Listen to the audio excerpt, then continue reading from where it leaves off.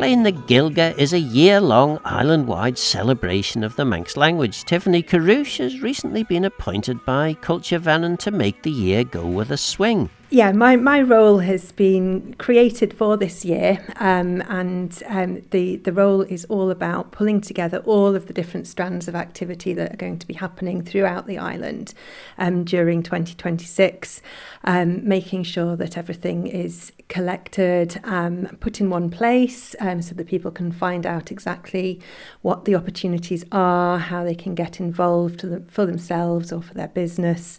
And making sure that all of the community events that come out of this year are all promoted properly, put in one place. So, it's a lot of organising, planning and promoting, just to make sure that the message gets out and everybody knows exactly where to go for information. And having been in the position of trying to collate information so that it's all in one place, that's not the easiest of things to do, is it? Because if you happen to be organising an event, you're more likely to be putting your focus into the event itself and making sure that people turn up and making sure that you've got the right sort of place to hold your event, and all these sorts of things are in your head, and the last thing probably in your mind is I'd better know, let's Blein the Gaelgey coordinating team know.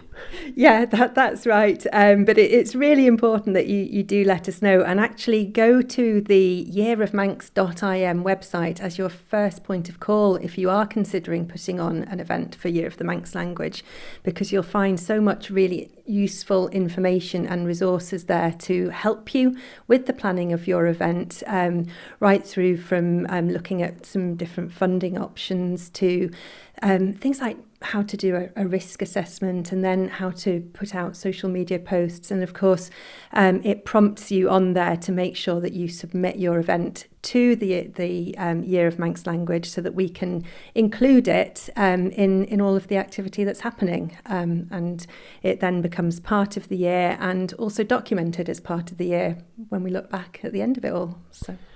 Because, of course, GBN is the Manx Language Network, organises or has been organising Blein the Gaelgey and planning for it.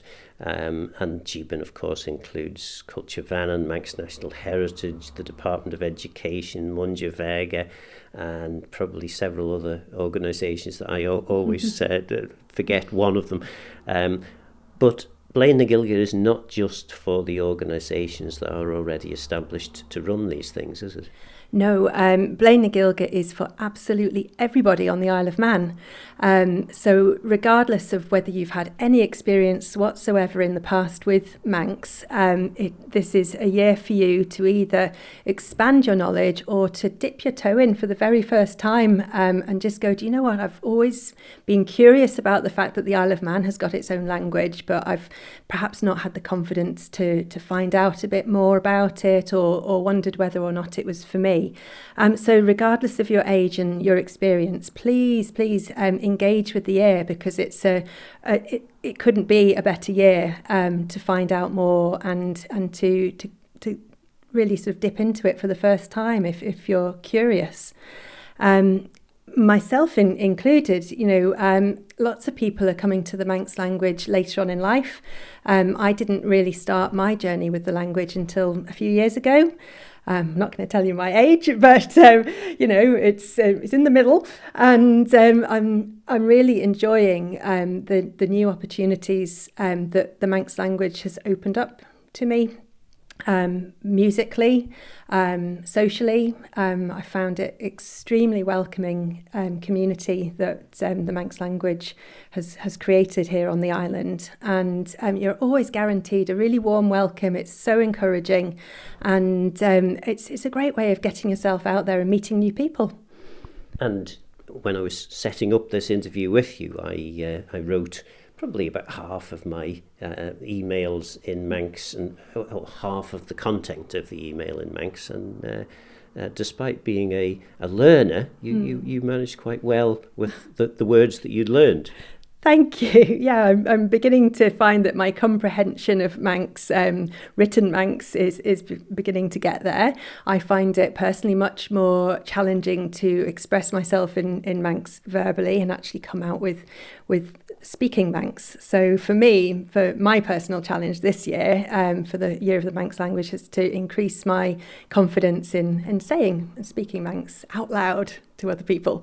So. And that is quite a hard thing to do. I often make this statement, and I'm not wholly sure how accurate it is, but there can't be many people left on the Isle of Man that don't know what Moramai and Fastamai mean. But actually using it, I've set myself a policy in all the various roles that I have of always addressing every email that I send now with either Moramai, Fastamai, or occasionally Evi, but I don't tend to be sending emails too late at night. I haven't done that before on a regular basis. I've done it to Manx speakers, but not necessarily to people who I don't know whether they do speak Manx. And it's having that confidence, isn't it, just to use the bits of Manx that you know, and know that actually that's what's being encouraged. Yes, that it's being encouraged, and that really out of this year we want it to be normal on the Isle of Man to start with Fastamai or say Guramayad at the end of something, for this to be completely normal and natural, because it should be. It's the language of our island. So the more that we all start to do it, it will have a cumulative effect, and you won't feel strange saying Fastamai or Moramai anymore. It will just be what we do on the Isle of Man.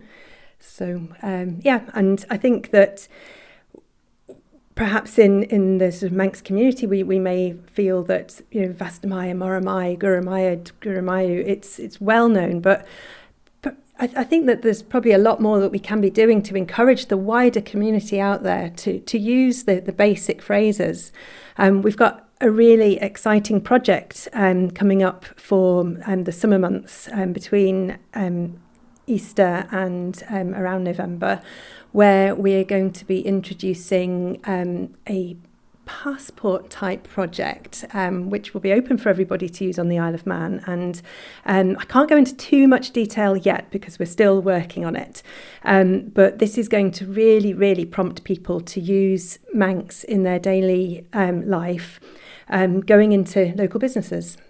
So going into shops, going into cafes, going into any of the cultural experiences we have on the Isle of Man, there's going to be some real incentives to actually be brave enough to walk in and say Muramai, Fastamai, Guramayad, and we'll see where that takes us. But I think being able to integrate it into the business community and the retailers, the shops, the hospitality that we have here will just normalise it. And hopefully we'll then build on that and we can move on from just the basic greetings to a little bit more. So, and there are 2,000 people, around 2,000 people anyway, but I think it might be slightly more than that now, who claim to speak more than a few words and phrases of Manx.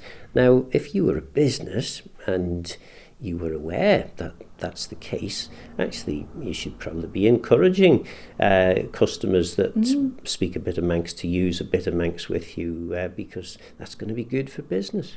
It would be hugely good for business. I think that by demonstrating that you enjoy the Manx language and that you're welcoming to the Manx language, those customers that have a little bit of Manx will be encouraged to go back. It will create a real sense of loyalty and community, and that everybody's upholding the Manx language together. It's real cohesion, and so yes, definitely makes business sense to engage with the Manx language. Visitors as well to the Isle of Man absolutely love to discover Manx, because visitors have chosen to come here because the Isle of Man is a unique place, and because the Isle of Man has such deep culture. And if they then see it in action, as a living language, then that can only be more exciting, and just that deep sense of place is really pushed. So it would be wonderful to see Manx being used by the business community, and particularly in our amazing independent shops and hospitality that we have here on the island. So. And of course the use of a language, a minority language, if we can use that term, is not necessarily, I think sometimes people think that, that'll put off people that don't understand. But actually, most people in Europe speak more than one language, and most people in Europe that choose to come and visit the Isle of Man would be expecting to find a language that's different. And even people who are monoglot English speakers, which tends to be the case in most of the British Isles. You've got Celts, Scots, Irish and Welsh, all of whom have Celtic languages, and many of whom would be looking to see a little bit of Manx. Yes, I mean, absolutely. I think that it's becoming, because of the work that has gone on in so many places now to protect minority languages, I think it's up on people's radar a lot more than it used to be. We've actually got a very nice event coming up that Culture Vannin is organising in collaboration with Munjavega, and that is called Mother Languages Day, which is a UNESCO celebration of languages across the world. And we're going to be hosting a celebration on the 21st of February in Douglas at the Promenade Methodist Church. So it's going to be during the daytime on that Saturday. And this is an invitation for people living on the Isle of Man who speak any language at all whatsoever, people that have either chosen to make the Isle of Man their home, or they speak other languages from having lived away and come back. It's a celebration of all languages and the Manx language as part of that. And it's just going to be very fun day where we do language exchange, perhaps learn some songs, perhaps learn some different cultures, a little bit of food from different places. And it's all just about recognising the importance of language and how it unites us and how we all communicate, and how very important it is to protect all languages, including our own. And what would you say to those? Because there are. I mean, I know because I've met plenty of people who you might describe as die-hard Manxies, that are Manx through and through, and I don't need any old language just to prove that I'm Manx. I mean, it's not. That's not what the language is all about anyway. But how would you convince them that actually maybe they should at least give it a try? Well, this is it. I think that to be able to engage with the language just unlocks a whole new dimension of what it means to be Manx. It's all around us, whether we notice it or not, but subconsciously we all are. And we all probably know a lot more Manx than we probably give ourselves credit for. And how wonderful would it be to then actually, when you're looking around and seeing place names and wondering why certain places are called what they are, to actually understand the root of that name and why it is the way it is. I think it just definitely, it certainly makes you see the Isle of Man in a whole new light. And then why would we not want to engage in something that is so unique and so special and so Manx? It can only be beneficial. If you don't, that's okay. And it's, learning language isn't going to be for everybody, but it really is worth giving it a try, because you just never know where it might take you. And of course, the thing which I think you've already alluded to is about any activity, whether it's language learning or whatever it might be, actually getting to be part of a community is really quite important these days, because we seem to be drawn more and more into our electronic devices, and we don't tend to do certainly what used to happen when I was a young fella, which is several years ago now, I have to say. But every week there would be an event in the community, and when I say the community, I mean the village or the parish. There would be things happening. Now it's much less. There are much less things on, and far fewer people actually go out to these things. So actually, this language learning thing gives you the opportunity to be part of a quite a big and growing community. It is a big and growing community, and very, very welcoming, very friendly, and it's great to see the Year of the Manx Language calendar beginning to really fill up with all kinds of different events. So some are around music, some are around the spoken word, there's singing, there's so many different speaker events on throughout the year. There seems to be constantly a new topic coming up, organised by all different kinds of organisations on the island. So there's so much to learn about, and it blows my mind really how varied and interesting the island is and how much there is still to learn. And we're so lucky to have people on the Isle of Man so willing to share their knowledge and their experiences. And I think, if you had the time, there'd be several things to go to every week. And I think that the difficulty is going to be picking and choosing the things that you can get to and getting to what you can. But yeah, I would really encourage people to get out and try some of these events. And you don't need to go with other people. I've found that it's really very welcoming. You can go on your own and feel completely comfortable. So make it a New Year's resolution to do something different, new, go out and experience the Manx language in whatever form that suits you, and just see where it goes. And you yourself, I mean, you mentioned that. I mean, I'm sure you can't be much more than 25, but what, whatever age. I mean, you said that you've come later on in your life to find out about the Manx language. What did you, if you thought anything about Manx, what did you think about it before you became interested? I think that I had always noticed Manx around me, and it was something that I had always sort of quietly been interested in, but never organised my life to find the time to do anything about it. And really it was, for me, the epiphany came when I went away with a previous business that I was involved with, and I went to the festival Interceltic de Lorient, and I sort of was drawn into Manx music at that point very, very strongly.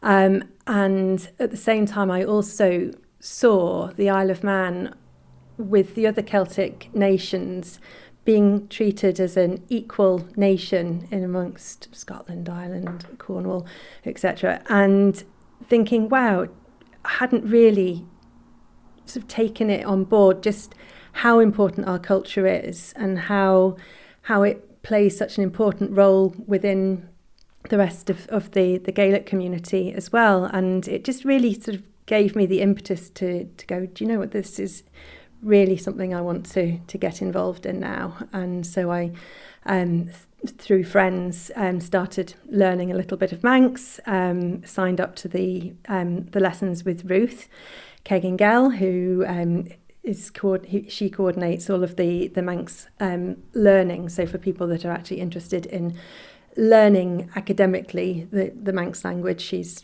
the point of call for adults there. And yeah, I haven't looked back. My only regret is not getting involved in Manx activities much earlier in my life. I feel like I've missed out. And I think that is not going to be the same for younger children now coming through, because there is so much more out there for people to engage in, and because the schools are much more actively involved in promoting the culture. I have a 10-year-old boy, and he's coming home from school in Ramsey, and he's telling me about the Manx words that he's learned. And so it's so encouraging to see that there is momentum now, and that it's really building, and that it's now becoming just a normal part of the Manx curriculum to accept that we have this amazing language and to promote it and to use it. So, yeah. Since 1992, when Manx was introduced into the schools as a peripatetic subject, thousands of children will have been through the Manx lessons. We've had Muintir Bheaga established, Muintir Bheaga, of course, celebrating its 30th year this year. At least 2,000 children have been given a fairly basic level of fluency from Muintir Bheaga. If nothing else, they'll know how to sing some of the basic rhymes and songs in Manx. So actually, compared with probably the last 4 or 5 generations, really, the younger people have had far more opportunity to find out about and use the Manx language. Yeah, and that's wonderful, and of course the Bun School Gaelgey as well, and all of the alumni of that primary school who are out sort of living their life wherever they are in the world. A majority of them would be here on the island, but these are young people who have got this secret skill, that they can speak the Manx language fluently, and they get together and they speak together, and that alumni is growing year on year, and it's just amazing to think that it's beginning to sort of grow to such an extent where it is not far away from sort of creating a life of its own, which is wonderful. And those children eventually will have children of their own that they will hopefully bring up bilingually, and we'll just push that pendulum back to where it should be, which is a growing language with a future, and that's exciting. Yeah. And it is very exciting. So, in terms of your own language journey, how difficult is it to learn Manx, would you say? I would say that it is challenging. I've come from learning French and Italian, so a very different style of language. So Gaelic languages are quite different from Latin-based languages. But I think if you're interested in languages at all, and your brain is sort of attuned to thinking in different ways, then you will pick it up. And it's so much easier to pick up and learn a language when you've got other people around you, so easily around you, to have conversations with and to emulate and to listen to. It's actually quite hard learning a language from elsewhere in the world on the Isle of Man, because to actually go and be in that culture, you've got to get on a plane to be there. You don't have to get on a plane to learn this language. It's right here. It's our language, and it's right here on Manx soil. So I think where there may be challenges with getting your head around the word orders and things like that, and certain pronunciations, that is then on one side you then on the other side got this real ease of reaching people that can help you, and the support network for learning is immense. And of course, if anyone is interested in learning, your newfound employer is the ideal place to go and have a look. Yes, so the best place for anybody who's actually interested in signing up for Manx language lessons would be to go to the learnmanx.im website, and that is run by Ruth Kegan-Gell, who is the Manx language officer at Culture Vannin, and Ruth organises everything to do with Manx lessons that are run through Culture Vannin, and there are opportunities there for various stages. So for people that have literally never done anything at all, right through to people that have, are probably in the mix already and looking for the next level up. So go on there. But this year there's going to be workshops all over the place and different things happening throughout the year. So as well as looking at the Learn Manx website, make sure that you're keeping an eye on the yearofmanx.im website, because all extra things will be put up on there too. So, and I suppose then we're getting towards a final question. How excited are you to be in this role? Oh, incredibly excited. It's a bit of a dream role for me, really, because it pulls together all the sort of professional skills that I have and have enjoyed doing over a varied career here on the Isle of Man before, but to do it for Year of the Manx Language, which pulls together my passions, I'm super excited, and I'm so looking forward to working with everybody. I'm looking forward to meeting so many people, new people, bringing new people in to the Manx language is what really, really makes me excited for this year. We just want to expand and to get out in front of new people as much as we possibly can, and for them to then, light that spark in them to then take it forward themselves. That's what we're looking to do. And what a tremendous achievement it would be for the Blein the Gaelgey, the Year of the Manx Language, if our success could be that people just see using a bit of Manx as a normal thing. Make it the norm. Yeah, it's the Manx norm. We should feel completely comfortable and confident saying Moramai, Vastamai, Evi. It's all, it should just be what we do. That was Blein the Gaelgey Coordinator Tiffany Carouche. Next, Department of Education Manx Language Officer Rob Tier. Well, GBAN is a group of people who work with the Manx language in various capacities. We meet together and share ideas and share projects that we're working on and discuss strategy. Yeah, and GBAN is made up, there's various people from various parts of the Department of Education, obviously the Bunscoil Gaelgey, the Manx Language School, as well as the peripatetic team, which you used to be the head of, but yes. There's now a new head of the peripatetic team. Yes, that's Cathy Lucas. Yeah. And of course, Cathy, well known to Manx language circles as one of the pioneers who started Munja Vega. She was the first non-governmental paid person to work for Manx in probably more than a couple of centuries. Yes. Yeah.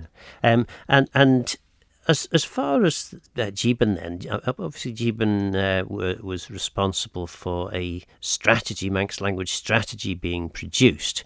Why is it felt necessary to have a Blein the Gaelgey, a Year of the Manx Language? Well, if I think back when I was younger, I didn't know very many. Well, I knew of Manx speakers my age, but I didn't know many Manx speakers my age, and. You'll remember that too, Phil, when you knew everyone who could speak Manx. Absolutely. Yeah. Yes, it wasn't that long ago, really. Maybe 20 years ago, you could be pretty confident that you would know pretty much all the fluent speakers of Manx. But you probably wouldn't know most Manx speakers these days, right? I certainly don't. I don't. So things have moved rapidly in the last 20 years. And I think we saw it was a good point now to celebrate that and to push on. And of course there are a number of anniversaries. Depending on which part of the Bible, which publication of the Bible, we've got a 250th anniversary this year. We've got a 30th anniversary of the establishment of Munja Vega. Yeah. I think there were a few others as well, but it was the 35th year of my role. Yeah. Yes, of course. Or my old, I don't know, as head of the Manx Peripatetic Service and Manx Language Officer. So, I haven't been in it that long, but Brian Stoll was the first in 1991, I think. So, yes, and then it was Phil Kelly. Yeah. Rosemary, Derbyshire, of course, and then you took over from Rosemary, was that right? yeah. So the year is going to happen. What shall we expect from this year? I mean, I often say to people that what I hope for is that by the end of the year, it will just be the most normal thing in the world for everyone to be saying Moramai, Fastamai, Guramayu and things like this to each other. Yeah. I mean, that's not a particularly high bar, I don't think, because I think most people do know those sorts of things. I think most people are familiar with lots of things in Manx. It's whether they take the actual step to start using some of it, Yeah, and that's harder than it first appears. I find myself that if someone writes to me in English and sends most of the work we do these days tends to be done through email. So if someone sends you an email with an English salutation, you tend to respond in English, don't you? Well, yeah. I mean, I don't think it's something that should be forced on anyone. But I say it's the people who know stuff. It's getting them to use it, And I say it's a big step, especially if you've grown up in a monolingual society. It's a bit different if you're used to using another language regularly. And I think the good thing these days is that we're a lot more cosmopolitan than we were when, the Isle of Man wasn't that cosmopolitan when we were young, was it? Well, it was primarily Manx people and people who'd moved in from the UK or Ireland, wasn't it? Yeah, so we weren't used to hearing people speaking in other languages, and we'd sometimes, people would make strange, You'd feel a bit self-conscious back in the 80s talking in Manx, whereas now I just I talk Manx to Manx speakers if they're happy to use it, Yeah. And it's a tremendous thing, really, that so much has changed in our lifetimes. I mean, certainly, I was reflecting there on Munja Vega, and our great success as an organisation is normalising children learning through the Manx language at a very young age. Yes. That it's not such a big deal as perhaps it was when we were starting off. Well, I think it's still a big deal for teenagers to use a different language when people can feel a bit self-conscious about that, and that'll be true for anybody who has children where the family language is not English. They'll appreciate this, that their children are fine, and then suddenly they get to teenage years and they feel a bit self-conscious. They don't want to use that language that's only the family or only one group of friends, and that's natural enough. But I think a few things I remember more than 30 years ago, maybe 40 years ago, speaking in Manx in the street in Ramsey, and somebody hearing it and coming over and saying, "That's wonderful to hear." And a few things like that can actually change your whole perspective, that actually people want you to speak. If you can speak Manx, people want you to use it. Yes, and again, one of the character traits, the national character traits of Manx people is you tend not to be that good at pushing yourself forward for things, and maybe that's part of the reason for the previous decline of the language. Well, I think, like I say, I think society's changed generally. They're much more open to hearing other languages. People understand more and more how enjoyable it is, and how good for your brain it is to sometimes use a different language. It's it's hard to explain, but if you can do it, you realise how important to you it is. Yeah, absolutely. So tell us a little bit about what it is that you do, because you were formerly the head of the peripatetic team, but you've now got it's probably not a different role, but it's parts of the role are what you would have been familiar with, as well as heading up the peripatetic team. Yeah, well, I enjoyed teaching for a very long time, but one of the problems with Manx, as you know, is you need a lot of materials. You need an exam board, for example. We're in desperate need of a grammar book. We need, if not a dictionary, at least we need a searchable corpus of words to search and to look things up, and things that are based on, that have roots in the historical language. And this is not to say that the books that we already have, because we have dictionaries and grammar books, it's just specifically in your role, you're looking for things that are more targeted at the younger audience, at school kids. Well, it's for all areas, really. I have one role which is like an outside exam body, so the kids are not being examined by the same people who teach them. It's also just to support the language generally. So language planning is a big, important step in language revival.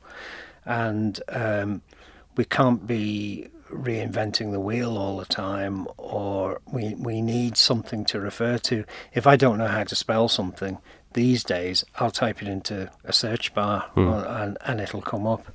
And if I'm speaking in another language, a different other than Manx, and I'm not sure of a word, I've got native speakers to go speak to. Or I've got, in English, if I'm looking for a word, I've got the whole internet to look at. So Manx also needs those kind of resources. So we've got, I've been busy compiling, I think we're up to about 800 documents now, going back 400 years. So that if we want to find a word, we can look it up. And that's not just finding a fairly basic dictionary definition. This is finding an awful lot more out. Gives you the isn't context, and in some cases it'll give you the pronunciation too. And the other thing is, there's if Manx is going to grow, there's going to be more and more translation work, more and more need to know terminology, and we need the good resources to do that. If you sort of think the last physical dictionary in book form was from, what was it, 1979? Yes, that's right. Because Dougie Farragher, it was his very famous work, the Manx English dictionary. And you know how important that's been. Absolutely. I think, and it's terribly sad because Dougie died, and there's this Did you ever know Dougie yourself? I met him once. I met him once at Crunnach. I was introduced to him and had a brief chat, but didn't really know him. But yes, Dougie died, and there's I think it's was it BBC? There was a film anyway of Dougie sat in Braddon churchyard, which was very symptomatic of what he was saying, which was basically he'd spent his life work producing this dictionary, had thought that this was going to create a fundamental change for the language, and it hadn't happened. This was probably in the mid-80s he was talking. The dictionary had been published in 1979. Sadly, he died before he saw how useful it was. Absolutely, because so much of what we've done has depended on Dougie Farragher's dictionary. And I've got to say, I've done a lot of transcription and side-by-side translation to make accessible all of his old columns in the newspapers too, and they are fantastic.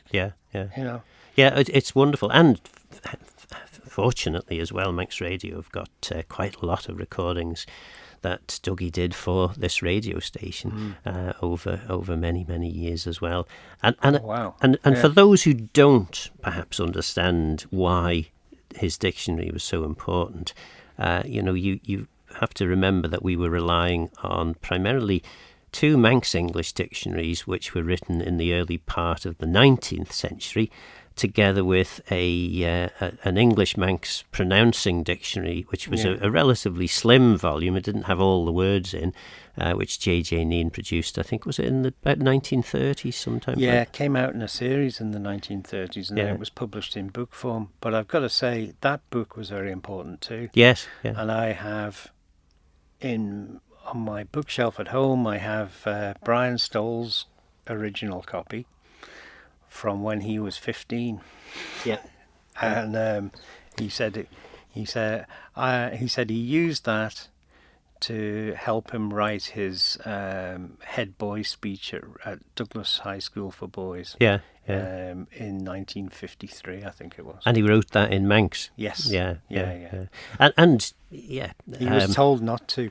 The governor was coming, and the headmaster said, "You can't read that in Manx in front of the governor."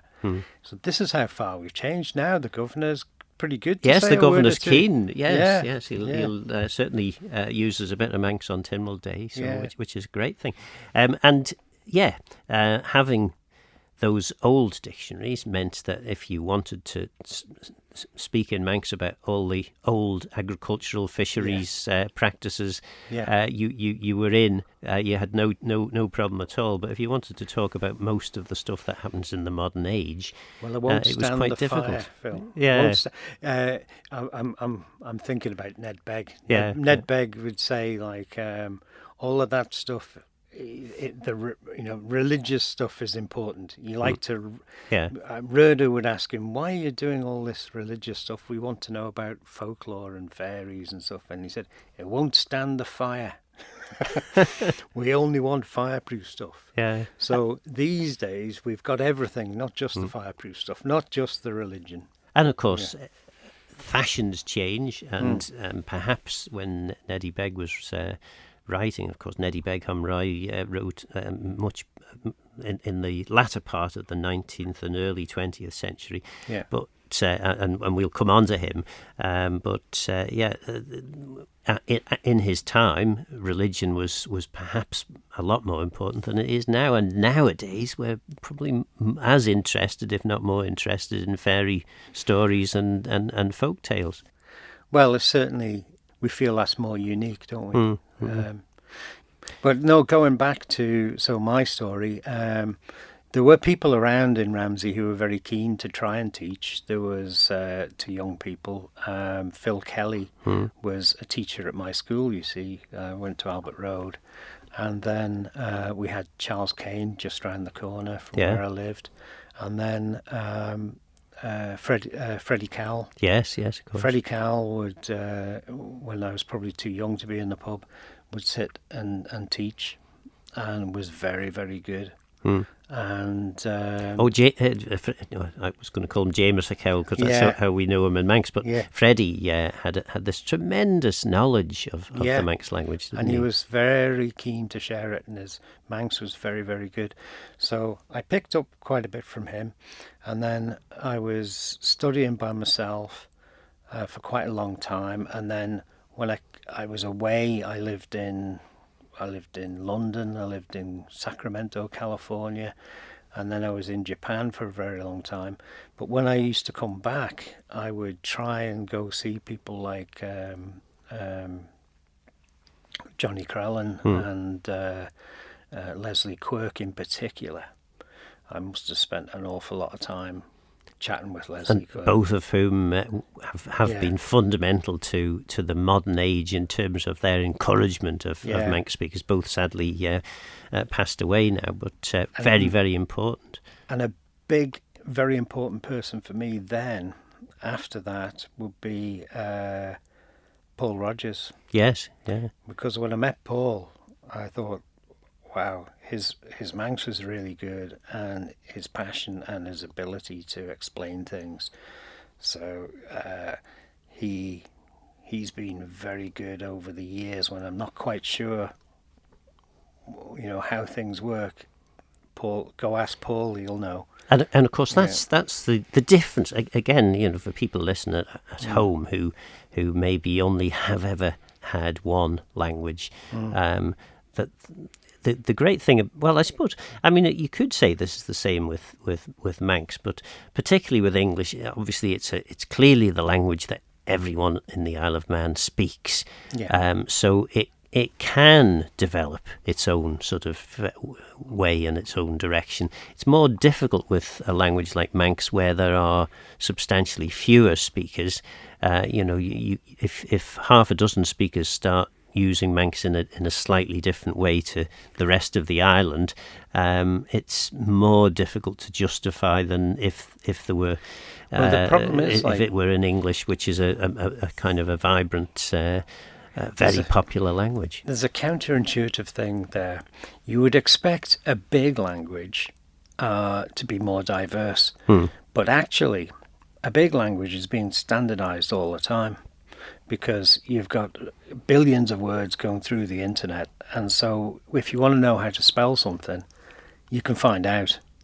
And it's been standardized, it's had the resources to standardize over centuries. So it's had newspapers, school textbooks, all those kind of things. Small languages very often are quite different from village to village. So how do you standardize that? If it was just one person saying, I think it should be this, you'd cause terrible...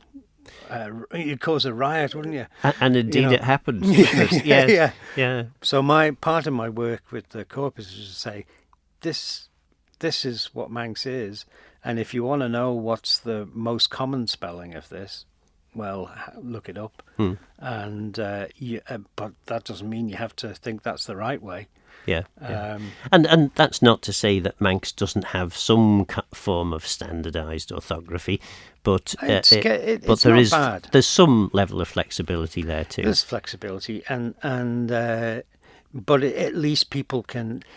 It's not people arguing over things. It's just people can look at the resources and decide for themselves, and you can just assume, well, obviously they know it can be said this way, but they've chosen that way, just the same as things are in English.